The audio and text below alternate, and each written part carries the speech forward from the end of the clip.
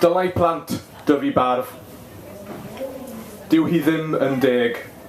Caiff oedolion fynd i'r gwely'n hwyr. A bwyta creision cyn swper. Dyw hi ddim yn deg. Caiff oedolion yr i car mawr cyflym a pheidio a gwneud gwaith cartre. Dyw hi ddim yn deg.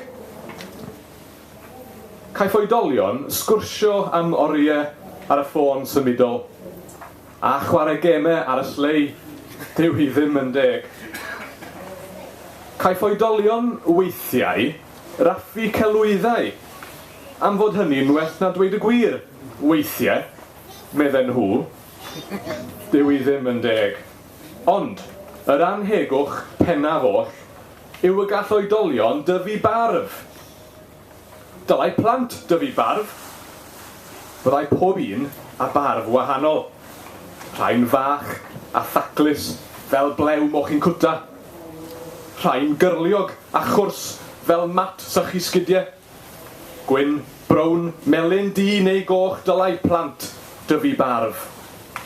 Petai gen ti farf, fe gele ti fynd i'r gwely'n hwyr.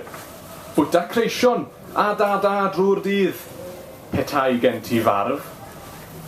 Gyrru car ar wyb drwy'r ddinas a stwffio'r hen waith cartre diflas. Chwarae gemau ar dy ffôn heb i neb ddweud y drefn. Petai gen ti farf. Felly blant, ar ôl mynd adre heno, tyfwch fyny, tyfwch farf.